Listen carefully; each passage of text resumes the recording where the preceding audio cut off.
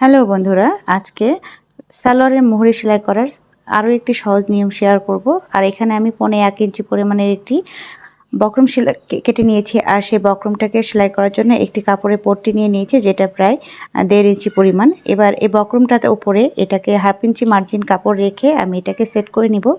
এবার সেট করে নেওয়া এই বক্রমটাকে আমি সুন্দর করে সালোয়ারের উপরে বসিয়ে দেব এবং 1/2 ইঞ্চি মার্জিন রেখে যে জায়গায় রেখেছিলাম সেই জায়গা বরাবর সেলাইটা বসিয়ে দেব। সেলাইটা যেন কাপড়ের উপরে না বসে, পট্টির উপরে বসে।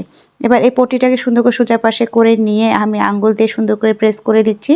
এবার চাপ সেলাই দিচ্ছি পট্টির উপর একটি। এবার এই সাইড ঘেঁষে সোজা পাশে একটা সেলাই বসিয়ে দেব। আর এই বরাবরই ঠিক তার অপোজিট সাইডে আরও একটি সেলাই বসিয়ে দেব, যাতে বক্রমের খোলা অংশটা আটকে যায়। এবার এই সেলাইটাকে আমি খুব সুন্দর করে সোজাভাবে দেওয়ার চেষ্টা করব, যেহেতু এটা দেখা যাবে। আচ্ছা, এই বক্রম সেটিংয়ে আরও একটি নিয়ম শেয়ার করেছি, আশা করি আমার